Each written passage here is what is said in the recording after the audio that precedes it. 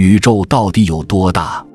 这个问题听起来就像孩子抬头望着星空时脱口而出的一个简单好奇，却是现代科学家至今仍在探索的终极谜题。这听起来或许只是一个简单的问题，一个用一句话就能问出口的问题，但当你试图回答它时，就像打开了一道通往无穷深渊的门。真正的答案远比我们想象的要复杂得多。宇宙不仅远远大于我们通过望远镜能看到的那片星空，它甚至超越了我们人类想象力的边界。它的浩瀚广阔几乎挑战了我们理解世界的能力。那我们就从人类目前已经探知和确认的一小部分开始谈起，这是我们认知这片宇宙海洋的起点，也是我们迈向未知的第一步。目前为止，人类利用最先进的望远镜可以观察到的宇宙范围，其直径大约为930亿光年，这是一个几乎无法用直觉来理解的巨大数字。换句话说，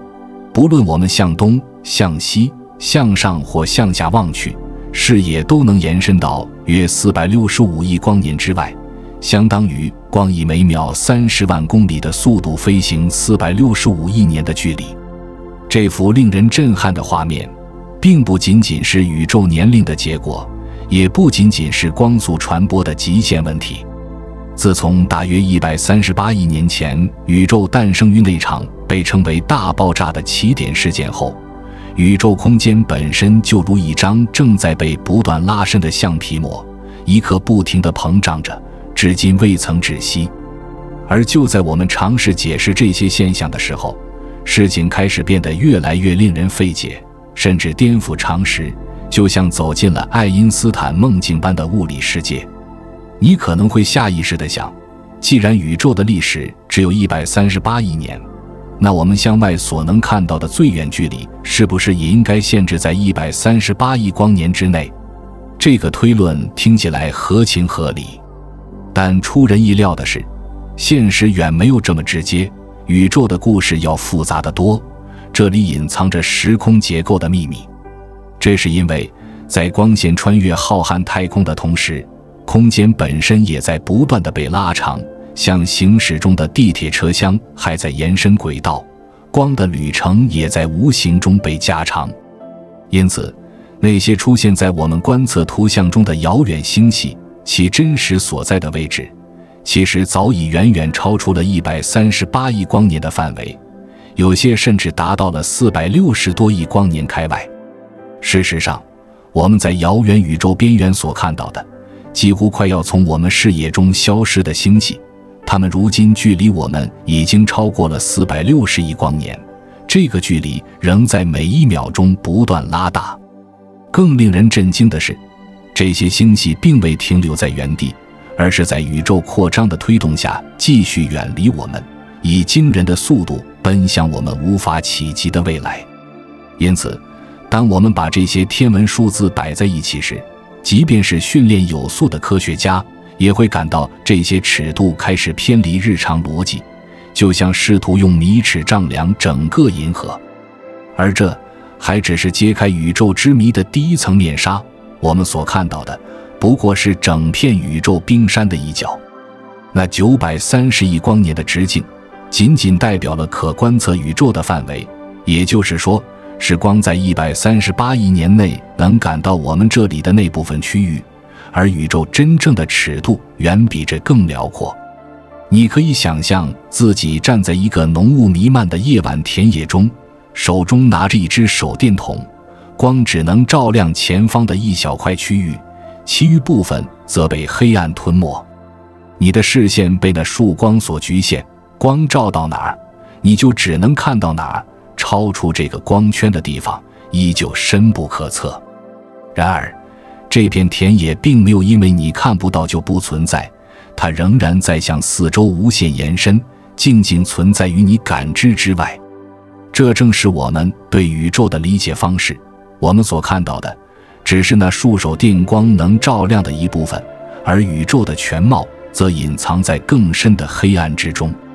根据目前的估算，宇宙学家认为，真正的宇宙规模可能是我们可观测范围的250倍以上，甚至更多。这个倍数仍有很大的不确定性，但它无疑指向了一个更加庞大的现实。注意，这里不是说大250光年，而是说大250倍。这个倍数的概念远比我们习惯的光年更加令人震撼。换句话说，如果我们把930亿光年的宇宙视野扩大250倍，那将是一个包含超过23000亿光年尺度的宇宙，其大小远远超出任何人类建构的模型。这个数字已经大到超出了人类大脑进化出的处理极限，它不像金钱、时间或空间那样直观，我们无法用日常经验去感受这种规模。在某种意义上，这样的尺度对于人类生活没有直接意义，就像你知道银河里有上千亿颗恒星，但每天醒来你只关心天气和早餐。就算我们把我们可观测宇宙中已知的每一颗恒星，大约1000亿颗，全都集中在一起，这点光的总和在那个更庞大、更深远的宇宙里，也不过是一粒沙尘的亮度。然而，接下来的推论将使这一切变得更加神秘与令人费解。科学走到这里，仿佛从地图的边缘走进了龙的国度。有些科学家提出，宇宙不仅仅是非常非常大，它甚至可能是无限大的，一个没有尽头、没有边界，也没有外面的无限空间。换句话说，它不仅仅是远超我们观测能力的大，还是真正意义上没有尽头的那种大，超越了物理距离的概念。它不是比我们能看到的还远一点，而是根本没有看尽的可能性，它没有我们可以到达的尽头。从数学意义上来说，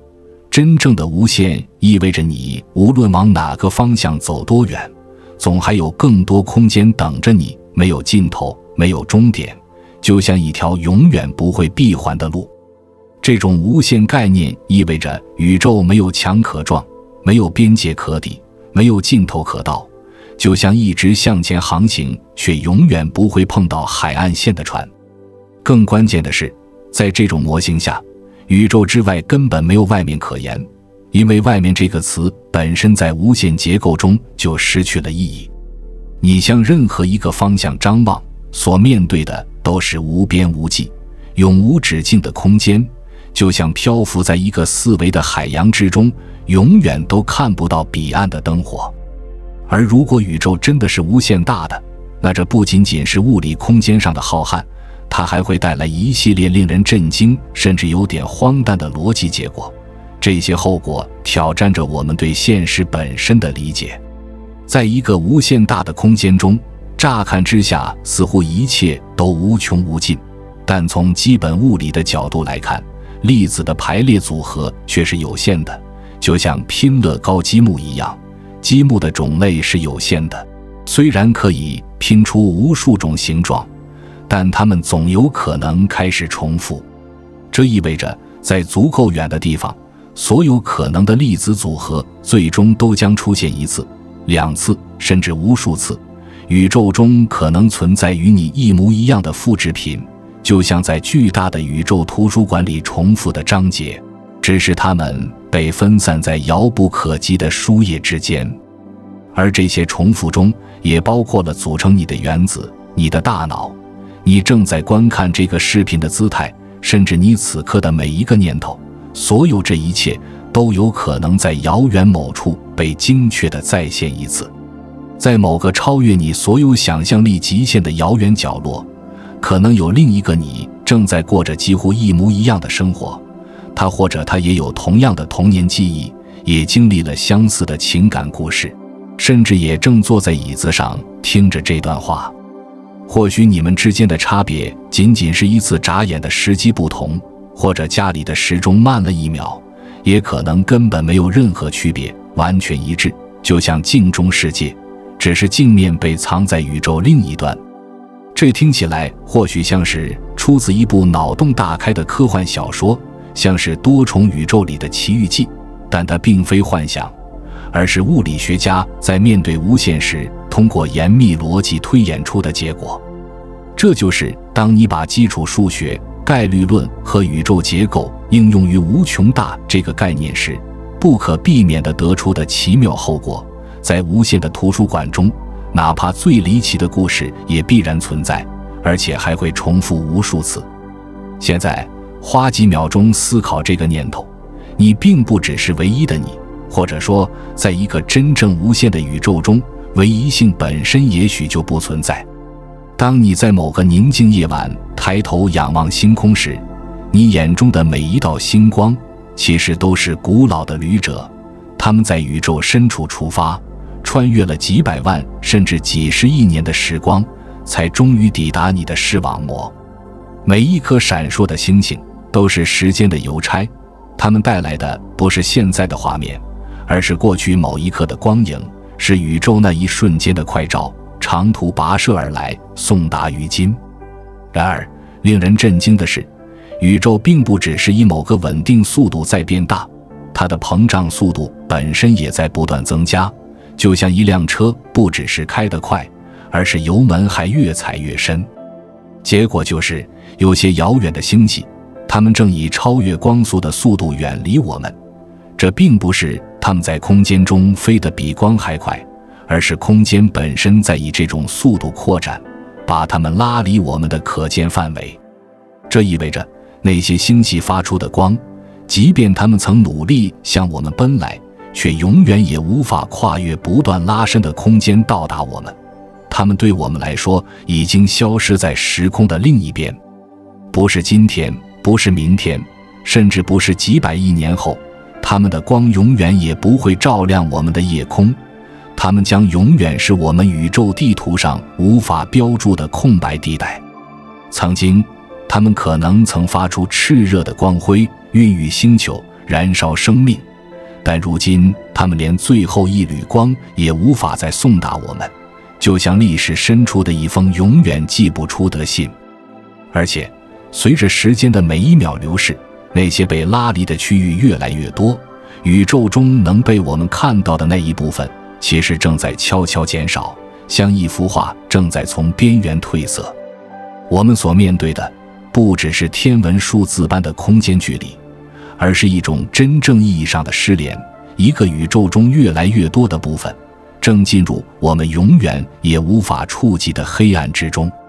我们的周围正是这样一圈圈脱离我们视野的区域，它们还在存在，还在运动，但它们对于我们来说已成为永恒的盲区，就像被锁上的图书馆书架。而在遥远的未来，可能是几十亿年之后，哪怕是今天仍清晰可见的星系，也将一个接一个地淡出我们可观测的天空，就像落日下沉入地平线，渐行渐远。并不是因为那些星系突然熄灭或坍塌，而是因为它们的光再也追不上空间扩张的速度，注定再也无法抵达我们这个渺小的星球。这就像在海洋中航行，你的船还在原地，海水还在延展，但你能看到的灯塔、暗线正在一个个消失在地平线后面。我们的宇宙世界的半径或许没变，但它包含的内容却在慢慢减少。讽刺的是，我们等待的越久，能被我们理解、观测、探究的宇宙反而越少，像是手中的沙漏，不是沙子流进，而是玻璃管在变细，流出的通道在逐渐封闭。现在请闭上眼睛，想象这样一个念头：我们所处的这个宇宙包含星系、星星、星云，还有我们自己，可能仅仅是更大现实中的一颗微小水珠，就像浪潮中的一滴水，微不足道却又真实存在。我们口中所谓的宇宙，包括我们所能观察到的恒星、星系、气体云团、微波背景辐射，所有这些也许都不过是更庞大多元宇宙结构中的一个局部区域，就像地图上被标记的一个邮政编码，在更宽广的地理之上。根据一些现代物理学中的前沿理论，比如弦论和永恒膨胀模型，我们这个宇宙可能只是无数宇宙泡泡中的一个，就像一锅正在沸腾的水，每一个气泡都是一个独立存在的宇宙，有着自己独特的历史和命运。每一个这样的宇宙泡泡，不仅拥有属于它自己的空间维度和时间尺度，更可能遵循与我们完全不同的物理定律，它们的引力常数、电荷大小，甚至是时间的流逝方式，都可能与我们的世界完全不一样。在这些平行宇宙中，有些可能因为物理常数稍有不同，从未有机会形成恒星、星球或生命，它们可能是一片始终黑暗、毫无结构的虚空。而另一些则可能在短短瞬间便充满了黑洞，如同天体物理学的陷阱森林，任何光与物质都无法逃脱，它们的演化路径与我们的宇宙截然不同。还有一些宇宙中可能充斥着我们连语言都无法准确描述的物质形态或能量状态，它们既不发光，也不受我们已知的力控制，我们甚至可能永远无法观测或验证它们的存在。然而，哪怕只是承认这些宇宙可能存在的可能性，都会彻底颠覆我们对于空间、尺度甚至真实这个概念的理解，让我们意识到我们并不处于终点，而只是多重现实中一个被偶然点亮的坐标点。如果这些宇宙是不断诞生的，每一个都起源于自己的大爆炸事件，那么多大这个问题本身就会变得没有参考系可言。在无限生成的背景下，任何单个宇宙的大小都是暂时和相对的。因此我们要明白，宇宙不仅仅是特别大，它是一种足以吞噬语言本身的广阔，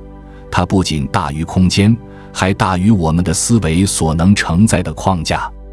它逼迫我们重新思考大这个词真正代表什么，它让我们发现，我们以为的极限其实只是下一个层级的起点。但现在，让我们从这个令人眩晕的尺度暂时拉回到我们能够触摸和理解的维度，从宇宙的边界回到你我熟悉的一臂之遥的距离。想象你伸出手，指着天空中一粒沙子大小的区域，然后通过哈勃太空望远镜对这个微小的角落进行放大。在那里，你不会看到几颗星星，而是数千个完整的星系，每一个都包含着数千亿颗恒星、行星、星云和可能存在的文明。这一切都藏在那沙粒般大小的天空之中。再试着把这个想象扩展到整片夜空，整片天幕都像那粒沙子一样密布着星系，那么你眼前看到的星空只不过是浩瀚宇宙图景中一个角落的剪影。在这样的对比下，我们自豪的银河系虽然拥有大约1000亿到4000亿颗恒星，突然之间显得渺小的惊人，就像海洋中的一滴水、一粒盐，远不足以撼动整个宇宙的巨浪。但即便我们谈到了成千上万亿的星系、恒星和行星，令人讶异的事实仍然是，整个宇宙在本质上依旧是一个巨大的空壳，一个以虚空为主角的广袤舞台。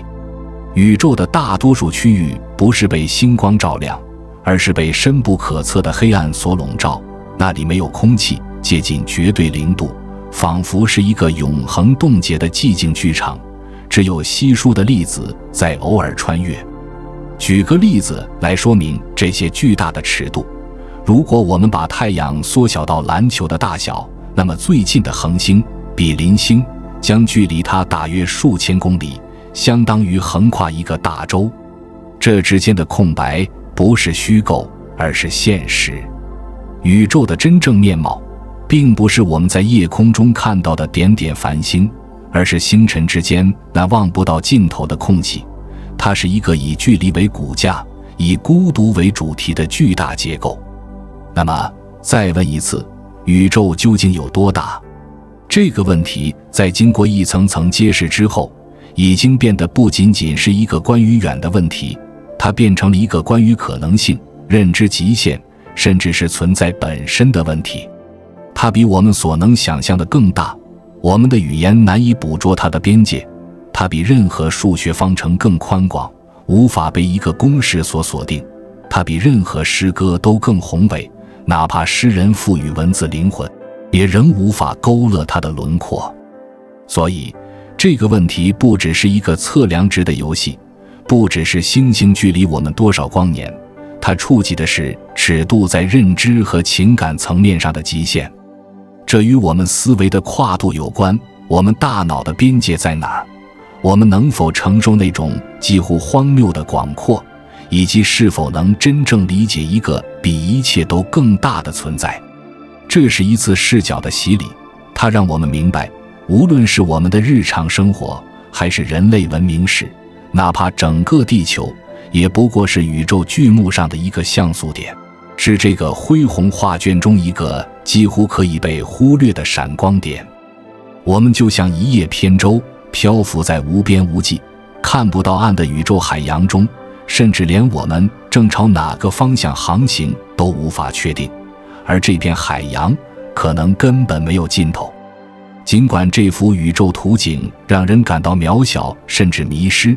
但你依旧在此时此地，用人类特有的意识在思考，在凝望，在发问，这本身就是一种奇迹。正是这种能够感知广阔，能够意识到自己渺小的能力，让你在意义上成为这个宇宙中不可替代的一部分。你也许不是空间的中心，但却是意义与思考的中心之一。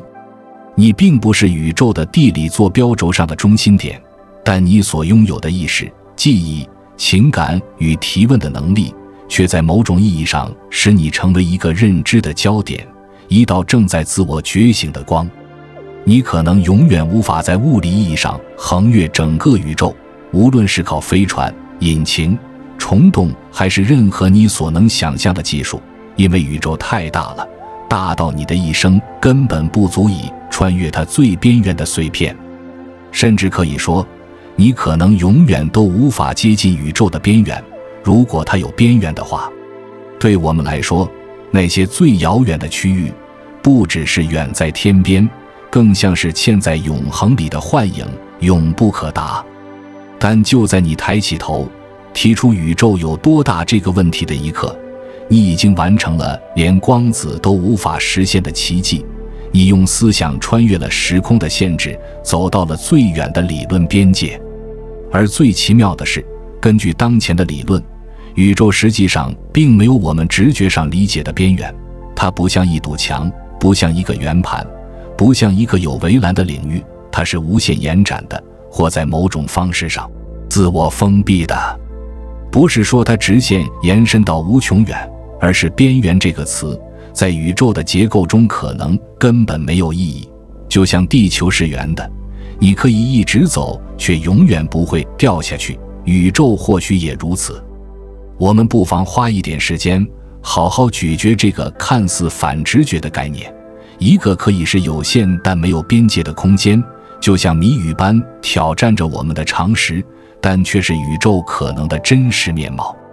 如果宇宙真的是无限大的，那意味着无论你朝哪个方向飞行多远，无论你穿越多少星系，跨越多少年，你总会发现还有更多更多的空间在前方等待你，永无终点，永不停歇。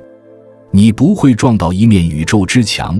也不会突然从空间的边缘跌落下去。你所面对的将永远是无边无际的，像海洋般起伏不定的宇宙空间。但如果宇宙并不是无限的呢？如果它其实是有限的，但依然没有边界，那又会是什么样的情景？如果宇宙像一个三维的圆球那样是封闭的但没有边缘，那么走到尽头这个说法就像在地球表面上走到底，最终你可能会绕了一圈，又回到了起点。这听起来可能非常抽象，甚至有些荒谬，但我们可以用一个非常贴近生活的方式来形象地理解它。想象有一只蚂蚁，它正在一只膨胀的气球表面上行走，它不会碰到边缘，也不会掉下去，它只是在一个弯曲但连续的表面上前进。无论蚂蚁走多远，它都不会遇到墙，也不会掉下边缘。因为它所行走的表面虽然有限，但却是无边的，没有起点，也没有终点。它脚下的表面在三维空间中是弯曲的，因此它最终会绕回原地，尽管它感觉自己一直在朝一个方向前进。这个表面确实有一个有限的面积，但却没有边，没有突然中断或结束之处，这就是有限无边的典型模型。现在把这个类比从二维延伸到三维空间，你可以想象整个宇宙就是一个三维版的气球表面，我们不在气球的外部，而是整个存在都被包裹在这张弯曲的空间之中。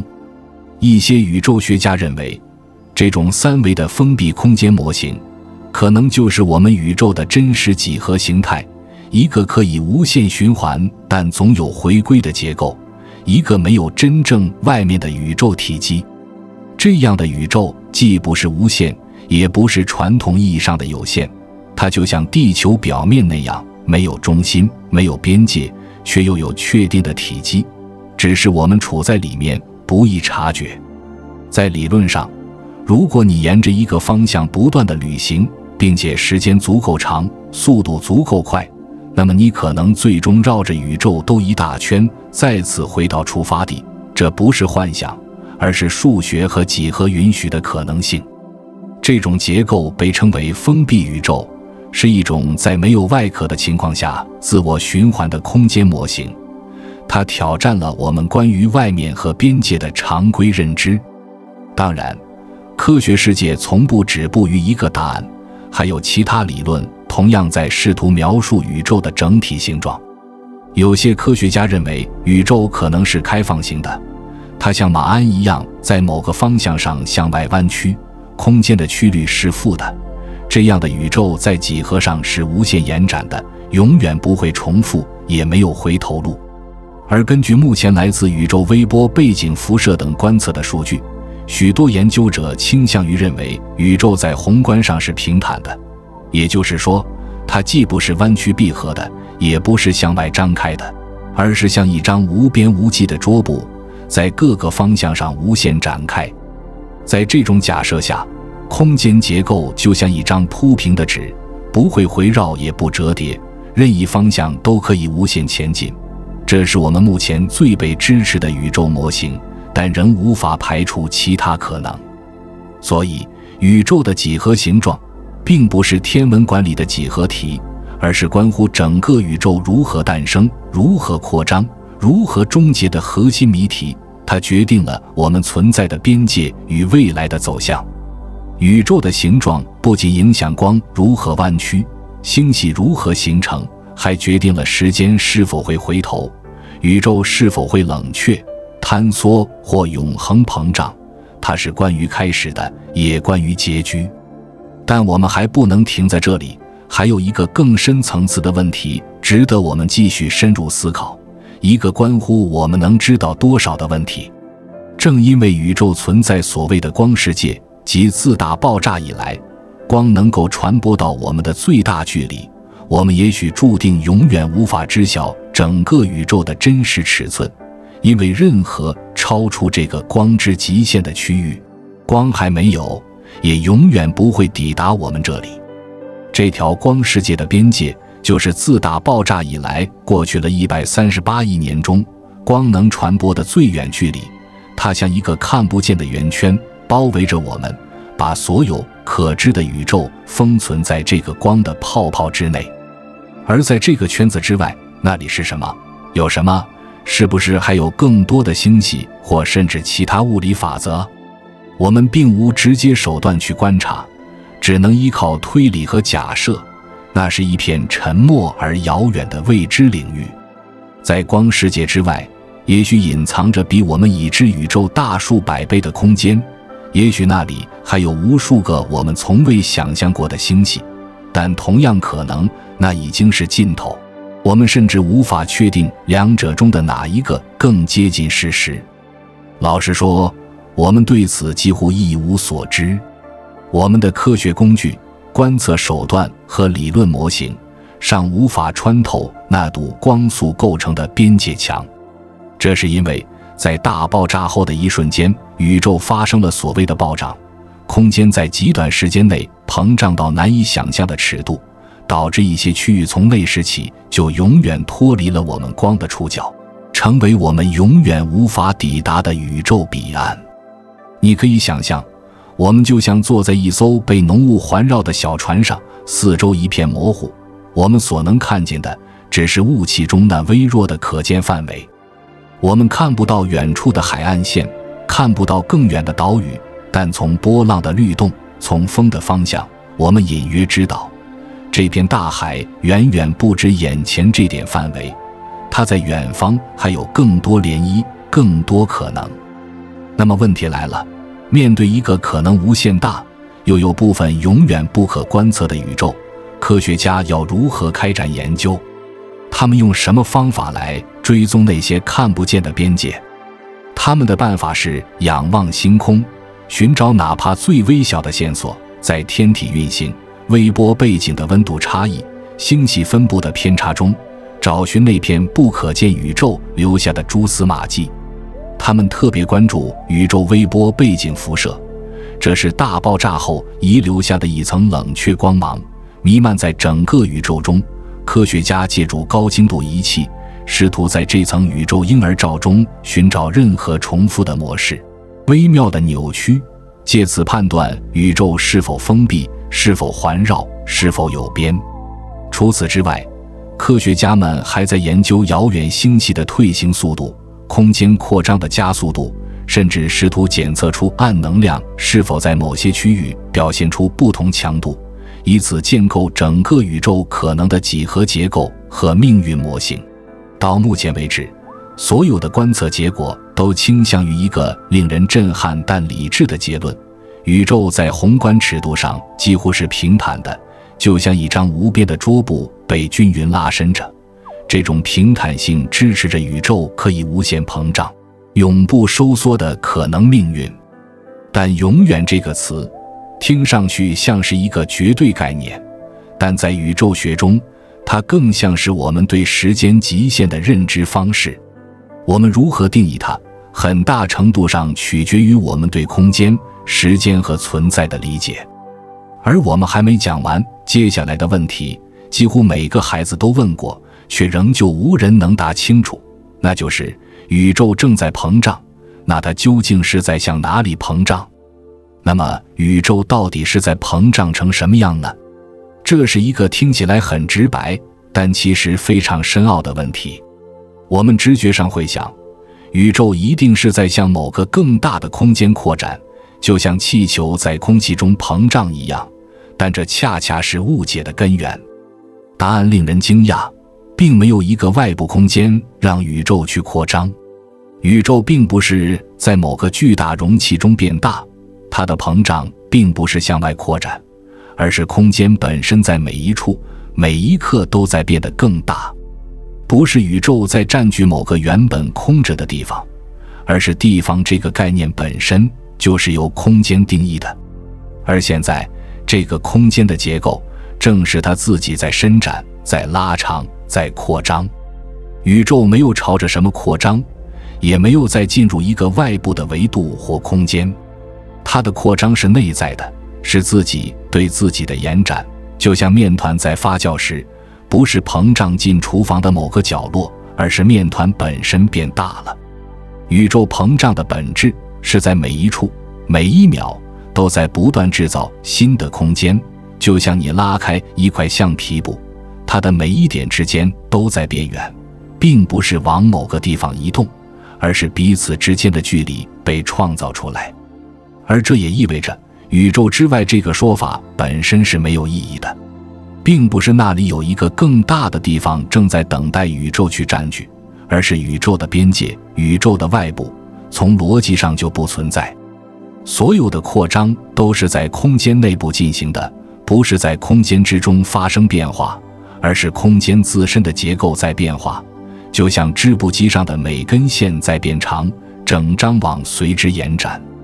当空间自身扩张时，那些彼此之间没有通过引力紧密绑定的星系，就像浮在水面上的小木片，顺着膨胀的浪潮彼此渐行渐远，不是因为它们在动，而是水面本身在伸展。更不可思议的是，这种宇宙的膨胀并不是恒定速度的，而是在加速。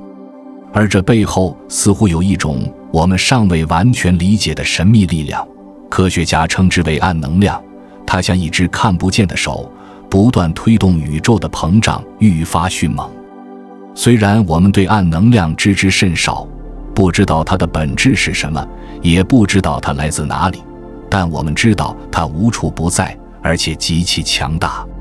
它占据了整个宇宙能量总量的大约 70%， 就像一个看不见的引擎，使得空间每一秒都以更快的速度在扩张。这也意味着，那些我们现在还能看见的遥远星系，有朝一日将彻底消失在我们的观测视野之外。它们不会熄灭，但它们的光将再也追不上空间扩张的速度。最终，这些星系就像驶离码头的小船，逐渐离开灯塔的照耀，直到连最后一缕光都无法抵达我们。它们将沉入一个我们无法再触及的宇宙深渊之中。所以请记住，我们此刻看到的宇宙景象并不是永恒不变的画面，而是一幅正在消逝的快照，就像一本逐渐褪色的相册，每一页都承载着某一瞬的光辉。我们所拥有的，其实只是这个宇宙在某一刻，从某一角度所呈现出的短暂图像，是那幅更为庞大、复杂且不断演化的宇宙全景中的一个截面。正因为如此，我们所处的这个时刻显得格外珍贵。我们刚好活在一个星光仍然照耀，星系仍可观测，宇宙尚未滑入可见性黄昏的短暂窗口期。在这一刻，夜空依然是点点星河，我们还能看到那些在数十亿年前发出的光。这是一种穿越时间的对话，是过去与现在之间唯一保持通畅的通信方式。而在遥远的未来，若还有智慧生命存在，他们或许再也看不到如此繁星密布的夜空，也无法透过星光回望宇宙的历史，因为那时许多星系将永远离去，只留下空白的深渊。将来某一天，宇宙可能会膨胀得如此浩瀚，如此稀疏，以至于我们今天仰望夜空所看到的每一颗星星，都会被无情地拉出我们的视野。届时，头顶的苍穹将不再是灿烂银河，而是沉默无声、漆黑如墨的天幕。但此刻，在这个非常特别的宇宙时段里，我们仍然能够抬头望见它，仍然能感受到亿万光年之外星光穿越时空后的微弱触碰，像历史在我们眼前轻轻闪烁。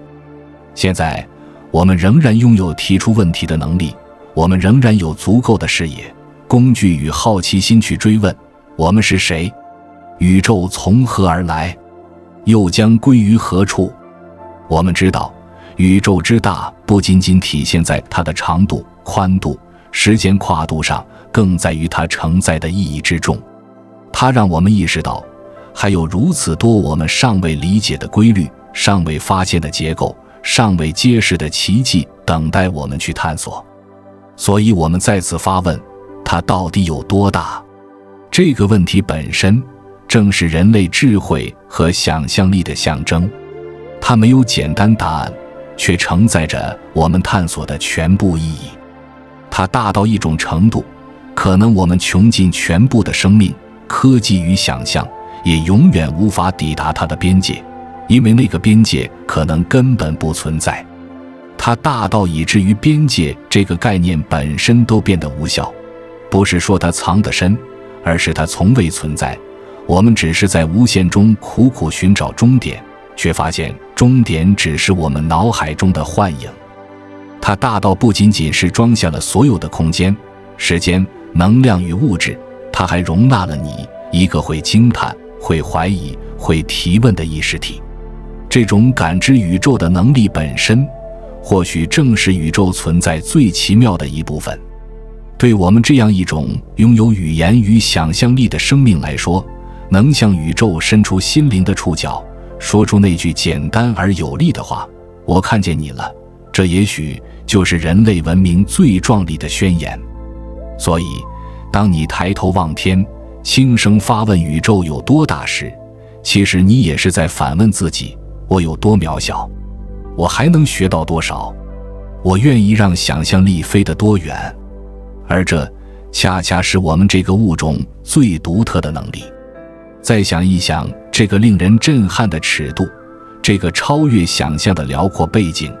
它将我们的存在置于宇宙时间与空间的深处，像一粒微尘，却能生出诗意。光是我们已知宇宙中传播最快的事物，它以每秒约30万公里的速度飞驰，从太阳表面穿越空间抵达地球，仅需8分钟。而若光要抵达离我们最近的恒星比邻星，即使以它那不可思议的速度，也仍需4年时间才能穿越这段空旷无声的距离。要穿越整个银河系，从一边走到另一边，光需要10万多年，这比整个人类文明的历史还要漫长1000倍。而我们目前可观测宇宙的直径是令人窒息的930亿光年，这意味着如果光从一端出发，即便给它无限时间，我们也可能永远看不到它的另一头。这也意味着，即使你乘坐一艘能以光速飞行的飞船，也许穷尽你的一生，甚至几百代人的一生，你都无法飞出银河系的街区，更别提真正走向星际深空。我们被无数不可到达的目的地包围着，这些遥远世界可能有星辰，有行星，甚至可能孕育生命，但我们此生也许注定只能遥望它们，就像站在海边看着彼岸永不靠近。然而，尽管我们身体无法抵达，我们的工具却可以。我们用数学描绘它们的形状，用光捕捉它们的踪迹，用时间编织它们的历史，就像遥控天线倾听远方星球的心跳。我们甚至可以为那些我们永远到不了的地方绘图，就像地图上的此地有龙，我们画下星系的边界，按物质的轮廓，在想象中拓展宇宙的版图。我们可以用光当作时光机，揭开那些在地球尚未诞生，在太阳系尚未存在时就已经形成的星系，它们的光就像尘封史书的一页页缓缓打开。从某种意义上讲，我们的思维早已走得比任何飞船更远，它穿越黑洞的边界，进入多重宇宙的猜想之中，它穿越时空的天幕，直指存在的核心。这就是人类思维的飞行。而这一切引出了一个几乎令人无法置信却真实存在的事实，一个将宇宙的浩瀚与我们自身紧密联系在一起的事实。宇宙不仅在空间维度上令人震撼，在时间的尺度上同样宏大的让人难以想象。它的历史远远超过人类文明的长度，甚至超出了地球的存在。我们如今所知的宇宙已经有约138亿年的历史，这不仅是一个科学测量的结果，更是一个横跨时间、充满巨变的故事起点，一个我们每个人身体里都携带着的宇宙传说的开端。你身上每一个原子，构成你骨骼的钙、血液中的铁、呼吸中的氧，都诞生于在太阳还未出现之前早已燃烧、爆炸并死去的恒星之中。换句话说，你本质上就是一段恒星遗产的延续。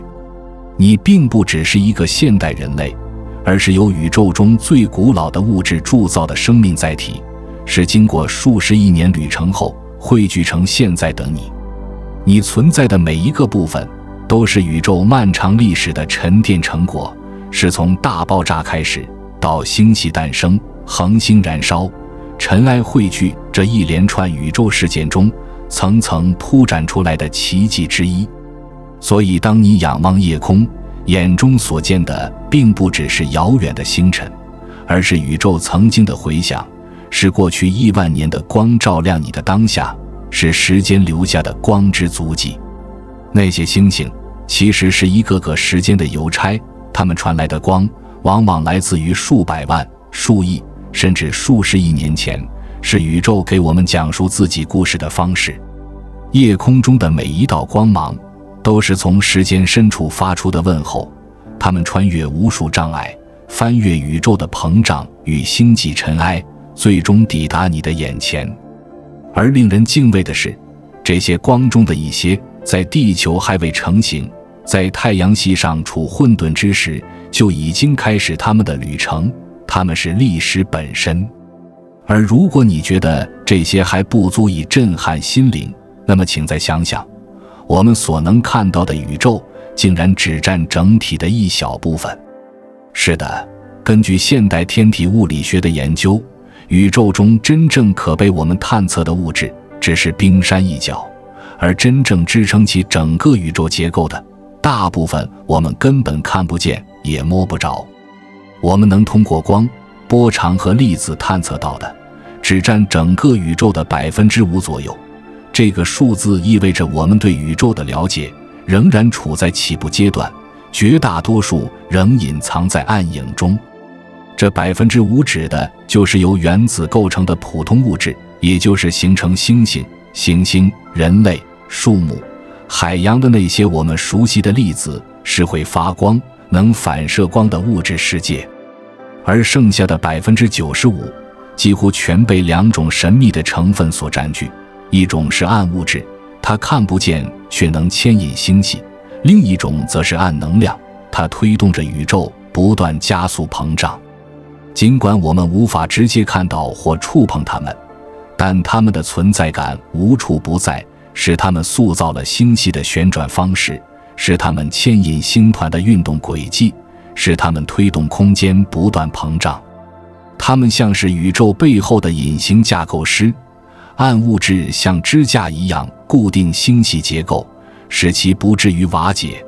而暗能量则像看不见的引擎，悄悄加速整个宇宙的扩张进程。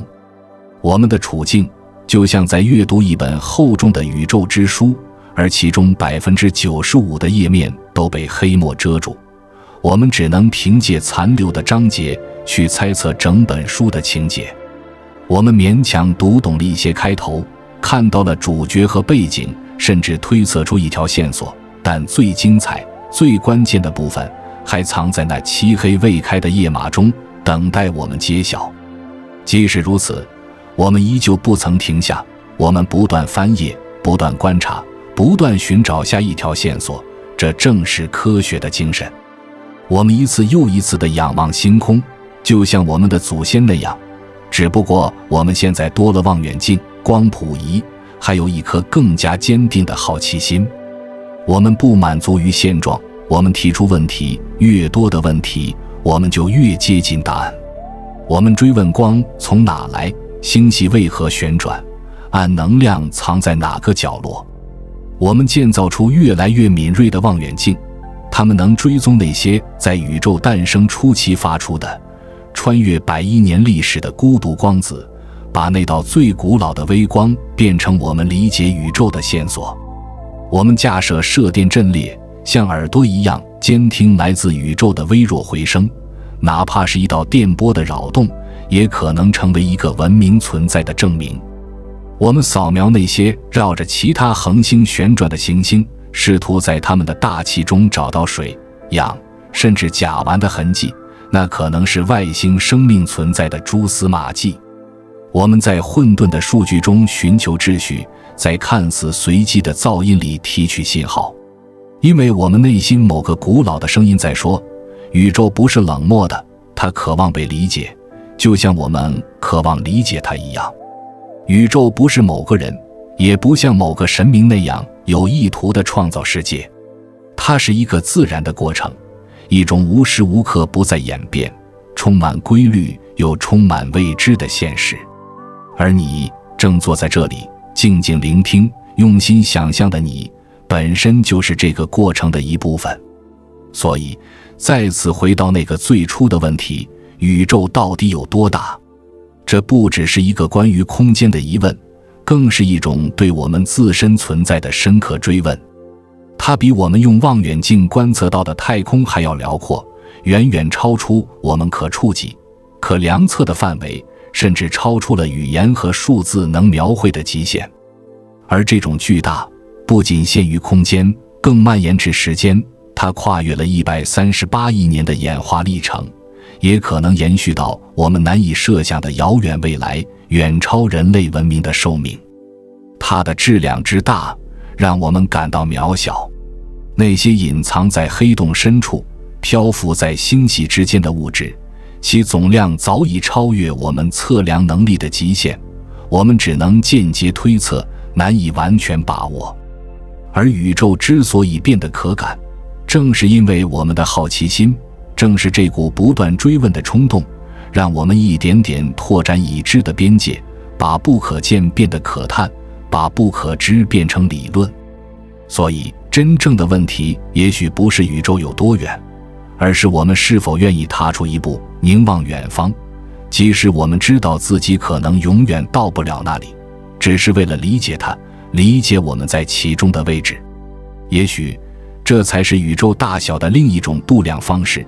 即使我们生活在一个包含大约2万亿个星系、历经近140亿年历史的宇宙中，我们依然会在这颗绕着一颗普通恒星旋转的微小行星上，仰望星空，问出那个问题：宇宙到底有多大？你此刻就在思考，这本身就已经足够不凡。你不仅观察这个宇宙，你还试图理解它，而这正是意识的奇迹。这意味着，即使宇宙如此庞大、冷漠、古老，它却以某种方式孕育出了你我这样可以思考的存在。宇宙中某处的尘埃，在亿万年的演化后，竟能凝聚成能提问、能想象、能好奇的意识，这或许是宇宙最大的奇迹。你不是宇宙中的无名碎屑，不是星际尘埃里微不足道的一粒微尘，你是一个有思想、有感受、有选择的人。你是一个拥有意识、会反思自身的头脑，一种在整个宇宙中可能极其罕见，甚至独一无二的智慧形式。你不只是被动地存在在宇宙里，你在感知它、影响它、探索它。你就像一面镜子，宇宙的一部分在你身上折射回来。你的思考是宇宙对自身的凝视。你体内的每一个原子都来自于宇宙的历史。那些碳、氢、氧，它们曾经是恒星的燃料，是星云的一部分。你的形体、你的生命、你的存在，都是受宇宙的基本力量、引力、电磁力、强弱相互作用所塑造的结果。甚至你的思想模式、你的意识运行，也似乎在映射着宇宙的结构。神经元如星系团般连接，意识的涌现如同大爆炸后万物的展开。因此，我们也许不只能用光年来衡量宇宙的尺度，也可以用奇迹来丈量它。因为它不仅生成了空间、时间和能量，还生成了我们这些能感受、能提问的心灵。当然，星系的旋转、黑洞的吞噬、引力波的涟漪，这些都是令人敬畏的宇宙奇观。但最不可思议的，或许不是那些壮观现象本身，而是我们居然能理解它们、测量它们，甚至用数学公式将它们写成语言，并为之感动，为之震撼。宇宙究竟有多大？这不是一个能轻易画上句号的问题，它更像是一道永远在展开的谜题，每一个答案都只是通往下一个问题的钥匙。随着望远镜变得更强，探测器更敏锐，我们能看到的宇宙边界也在不断扩展，我们对多大的定义也在随之改变。每一次我们把望远镜对准更深的太空，每一次我们用粒子对撞机模拟最初一瞬的宇宙，每一次我们发射探测器飞向未知之地，我们看到的宇宙就变大了一点。我们不断地调整模型，修正误差，提出假设，用每一次理论的突破，为未知的宇宙拼上一块新拼图。而现在，詹姆斯韦伯望远镜正以前所未有的清晰度向我们展示那些我们从未见过的宇宙画面，来自大爆炸仅几亿年后的早期星系，那些无法用现有理论解释的巨大结构，隐藏在星际尘埃之后的新生恒星，以及有关暗物质、遥远星球和最古老光子化学成分的宝贵线索一一浮现。在整个宇宙的探索史上，我们所做的一切还只是第一步，是刚刚翻开的序章。每一次我们打造出更先进的科学工具，都会揭示出我们从未意识到的层面，每一个新发现都是通往下一个奇迹的大门。也许我们得重新思考宇宙有多大这件事，它的大小或许不是由光年来决定的，而是由它能承载多少惊奇与意义来衡量的。也许宇宙的尺度最终不是它的边界在哪里，而是它可以包容多少事物，多少能量，多少生命，多少梦想。宇宙容纳了旋转的星系，吞噬一切的黑洞，塑造结构的引力，还有混乱的诞生、秩序的形成、记忆的储存、想象的绽放，以及希望与爱的火种。这些看似完全不同的东西，物理现象与人类情感，全都属于这个宇宙的总和，就如你本身也是其中不可或缺的一部分。也许最震撼人心的转折点正是这一点，宇宙如此浩瀚广袤，却诞生出了你这样渴望理解它的存在。宇宙之大，超越一切想象，但它竟然孕育出人类这样细小却大胆的存在，足够小能够抬头提问，足够勇敢不肯停下思考的脚步。所以请继续提问，因为无论宇宙多么浩瀚，它的速度多么惊人，你在其中显得多么微不足道，这一切仍在继续。宇宙还没有说完它的故事，而你也还没有完成你的探索。停下来想一想，我们已经走了多远？从仰望星空的好奇，到解读宇宙深处的光芒，从神话传说到现代科学，这是一段跨越千年的旅程。仅仅几百年前，人类还普遍相信地球是宇宙的中心，所有的星辰都围绕我们旋转，那是一个以人为本的宇宙观，也是一个舒适却封闭的世界。人们以为夜空中的星星只是挂在天幕上的点点灯火，像神话中放在天空上的珠宝，静止不动，点缀着夜的宁静。在那时，宇宙被想象成一个小巧、封闭、井然有序的空间，它有边界，有层次，看似完全可以被理解和解释。但人类并不满足于神话的解释，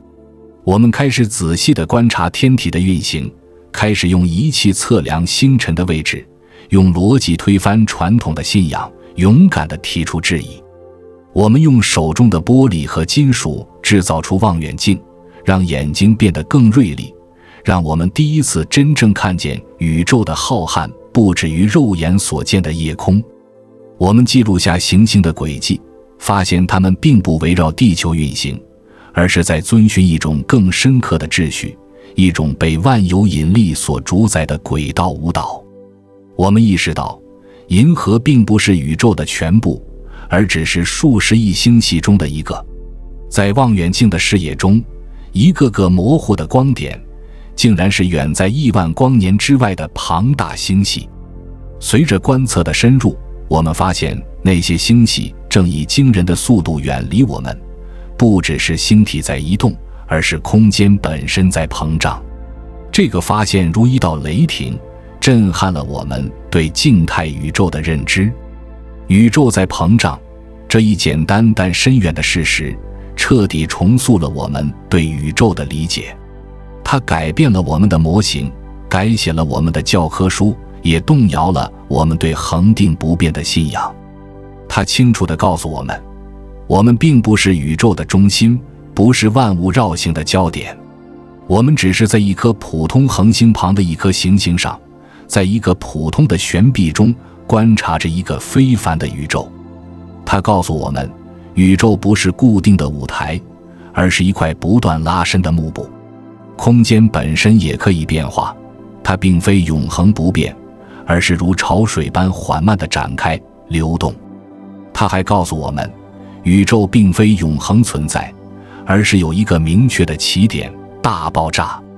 而这场起始的轰鸣，其回响仍在今天的太空中回荡。我们今天仍能探测到的宇宙微波背景辐射，就是大爆炸后留下的余温，一种微弱却无处不在的能量痕迹，像宇宙在幼年时期留下的胎记，弥散在整个空间。科学家们用敏感的探测器测量这些背景辐射，绘制出宇宙刚诞生38万年时的热图，那是第一张宇宙婴儿照，揭示了早期宇宙中微小的不均匀如何种下未来星系的种子。这束在宇宙最初诞生时发出的光子，经过近140亿年的旅程，穿越时间与空间的深渊，如今终于被我们的仪器捕捉，转化为数据，成为人类理解宇宙开端的珍贵线索。这便是宇宙赐予我们的礼物，一个用光书写的史诗。只要我们愿意抬头，愿意倾听，宇宙就愿意告诉我们它的故事。尽管我们已经取得了诸多进展，但仍有太多谜团未解。我们对宇宙的了解，也许还只是揭开了冰山一角，更多的未知依旧沉睡在无垠黑暗之中。我们知道暗物质存在，它在宇宙中扮演着至关重要的角色，控制着星系的运动，维持宇宙的结构。但它到底是什么？由什么组成？又为何如此难以被探测？这些问题我们仍无确切答案。暗能量，那个神秘而强大的力量，正在驱动宇宙加速膨胀。它占据了宇宙总能量的大多数，但我们至今无法定义它的本质，也无法解释它为何存在。我们知道宇宙正在加速膨胀，就像一辆永不停歇、速度不断提升的列车，但我们还无法解释这加速度从何而来，又将把宇宙带向怎样的未来。时间到底是一种宇宙的基本结构，就像空间一样真实存在，还是只是在某些条件下才会出现的属性？它是起点，是过程，还是某种幻觉？我们仍在寻找答案。即使面对这些巨大的未知，即使眼前仍是层层迷雾，我们依然选择前进，正如我们一直以来那样，不断向着更深的宇宙迈步。我们用数学构建模型，用超级计算机进行模拟，用火箭将望远镜送入太空。因为我们知道，每一个解开的谜题往往都会带来更多的问题，而这正是科学前进的节奏。如果我们今天所掌握的一切知识仅仅是现实这座冰山露出水面的一角呢？如果真正的宇宙其复杂与深度远超我们目前的理解，那会怎样？也许在我们熟知的三维空间之外，还隐藏着其他维度，它们紧密卷曲在极小尺度中，虽然我们看不见摸不到，但却深刻影响着粒子的行为，甚至塑造了引力本身的面貌。或许我们所看到的三维宇宙其实只是某个更高维度空间的投影，就像立体物体投射在二维表面上的阴影。这不是科幻小说，而是被严肃物理学家认真探讨的全息宇宙理论。这些想法虽然听起来像是来自遥远未来的幻想，但它们其实正是当代理论物理前沿的问题，正在被最严谨的方程和实验所追踪。它们是科学家正在努力验证的真实理论，通过粒子加速器的实验、宇宙背景辐射的测量、黑洞周围的光线扭曲图像。这些研究的唯一限制不是理论的可能性，而是我们当前仪器的能力和我们想象力的边界。在欧洲的大型强子对撞机中，科学家们将质子加速至接近光速，然后让它们猛烈碰撞。这些微观爆炸瞬间重现了宇宙最初时刻的能量环境，从中我们窥见物质最基本的构建，以及自然法则背后的隐秘机制。而太空中漂浮的望远镜，如哈勃和韦伯，如同连接古今的时光机器，它们捕捉到的光来自几十亿光年外的星系，也来自几十亿年前的宇宙，就像让我们回头看见历史的光芒在深空中闪烁。在地球安静的山谷中，巨大的射电天线悄然张开，它们监听着来自遥远星系的微弱信号，试图捕捉哪怕一丝被编码的信息，或许是另一个智慧文明发出的问候，或是一种与我们全然不同的存在留下的回声。所有这些努力，这些工具，这些疑问，最终都通向同一个核心事实：我们不只是为了观测宇宙而努力，更是为了理解我们在其中的位置。正是因为我们提问，我们思考，我们追寻，我们不再只是被动地存在于宇宙之中，而是主动参与了它的展开。我们不是宇宙之外的观察者，也不是它的统治者，而是它的组成部分，是会思考的宇宙碎片。我们并不是宇宙这场盛大剧目的观众席上的旁观者，不是坐在边缘默默观察的存在。我们在舞台之上，是宇宙自身的一部分，是这出戏的演员，是它自我认知的延伸。我们是宇宙的一部分，而我们能意识到这一点，这本身就令人震撼。我们是宇宙中那一部分从星辰中苏醒，学会思考，开始凝视夜空的存在。我们是宇宙正在觉醒的自己。你身体中的每一个原子，无论是骨骼中的钙、血液中的铁，还是呼吸中的氧气，都来自恒星内部曾经剧烈燃烧与死亡的过程。这些元素并非地球独有，而是宇宙亿万年演化的产物。每一滴你血液中的铁，都源自某颗恒星在临终时刻经历的超新星爆炸。在那一瞬间，恒星把自己撕裂，将重元素抛洒进太空，那些尘埃最终凝聚成了你。你的骨骼中所需的钙，你每次呼吸摄入的氧，你思考所依赖的大脑中流动的碳，全部都源自比地球还要古老的宇宙事件。在地球尚未形成之前，这些元素已在星辰之间辗转。你并不仅仅是在宇宙中漂浮的一个点，你是宇宙的一种延续，是它凝聚能量、组织信息后诞生出来的产物，是一个充满意识的奇迹。你就是宇宙。你的身体、思想和记忆都是由宇宙同样的构成元素所组成，就像一颗星星、一片星云、一座星系。你与它们并无本质不同，都是由相同的法则所塑造。当你意识到这一点，一切都会变得不同。这不仅仅是一种科学认知，更是一种宇宙观的转变，一种对自身存在全新的理解。的确，这种认知让我们的烦恼、焦虑，甚至人类的整个历史看起来变得渺小，但它们并非毫无价值。正是这些渺小的问题，构成了我们的意识和生活的核心。它会让你意识到，人类的生命在宇宙尺度下不过是刹那，但这短暂的一生并不空虚。每一段经历，每一次思考，每一次爱的表达，都是这浩瀚宇宙的一部分记录。因为在一个如此古老、浩瀚、深邃的宇宙中，我们能够在短短几十年的人生中，用片刻的清醒去仰望星空，提出问题，寻找答案，感受敬畏，这本身就是一种无与伦比的成就。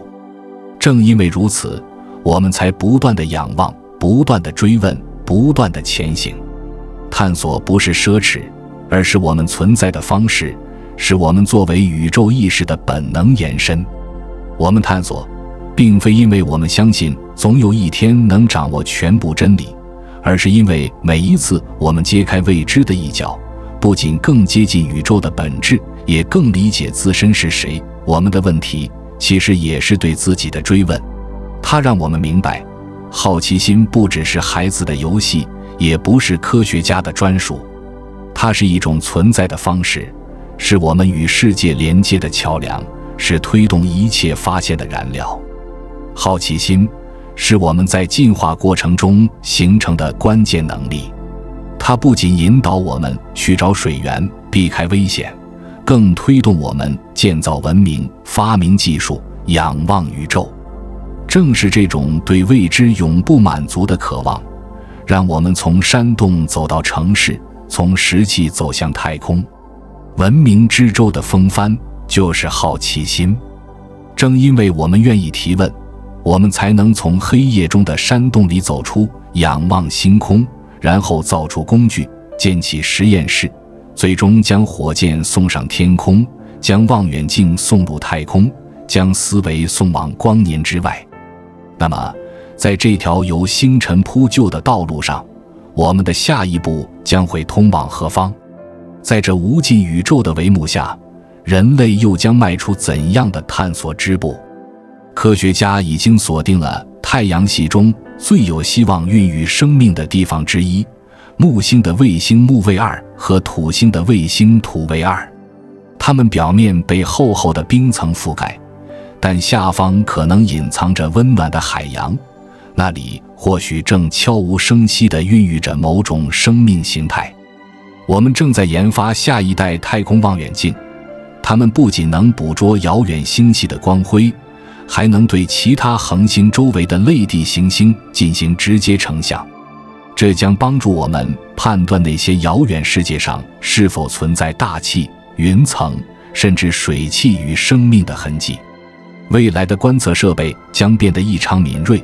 它们不仅能够捕捉两个黑洞合并时释放出的引力波，这种时空结构的震颤，还可能探测到大爆炸之后最初一瞬间留下的信号，那是宇宙开端时的低语，穿越时间而来。在这条探索之路上，我们也许会揭示全新的自然规律，发现目前标准模型之外的粒子，甚至提出颠覆现有宇宙观的新理论。我们或许会第一次在遥远行星的大气中找到不属于自然过程的化学指纹，那将是生命的证据，一个证明我们并不孤单的信号。当然，也可能四下寂静，所有的努力只是面对宇宙深处沉默的回应。在那空旷的黑暗中，没有生命的呼唤，只有无声的星光和寂静的旋转。但即使如此，那片寂静也不是毫无意义，它本身就是一种回答，一种关于我们存在的回音。它让我们更清楚地看见了自己所处的位置。这种沉默能让我们明白，宇宙并不一定为了回应我们而存在，但我们愿意聆听，愿意探索，这本身就是一种令人敬佩的勇气与价值。每一次人类迈出一步，每一次我们伸出手去触摸未知，即使没有得到明确的答案，也都意味着我们超越了以往的极限，重新定义了可能的边界。我们不断将已知这座岛屿的海岸线向外推进，让光照进黑暗之处，让今天的不解成为明天的常识。就像古人点燃篝火照亮洞穴那样，我们用望远镜、公式与问题，在宇宙这片黑夜中点燃一支蜡烛。每一道光芒都是我们对真理不懈追求的印记。这正是人类探索宇宙的核心意义，不是拥有，而是寻找；不是征服，而是理解。宇宙或许永远不会将全部真理展现在我们面前，但它给予我们一个无与伦比的舞台，让我们可以提问，可以想象，可以思考，这是最宝贵的礼物。它提供了恰到好处的法则，让恒星可以燃烧，让化学可以反应，让生命可以诞生，并最终让意识有可能在这宇宙中点亮。它给了我们时间，也许只是短短数十年，但在宇宙的尺度下，这已是奇迹般的恩赐，足够让我们去思考，去创造，去感受。宇宙敞开了大门，不限制我们想象的方向，不约束我们求知的野心。它在无限中种下了可能性，而我们就是去收获这些可能的存在。如果这一切真的有意义，那也许并不在于我们是否能抵达宇宙的尽头，而在于我们是否愿意发问，是否愿意在茫茫黑夜中说出那句“这是什么”。光是从这个问题开始的。感谢您的陪伴，愿这段旅程让你对宇宙多了一份敬畏，对自身多了一份理解。下次见面时，我们将一起继续追问，在浩瀚星海中寻找属于我们的问题与答案。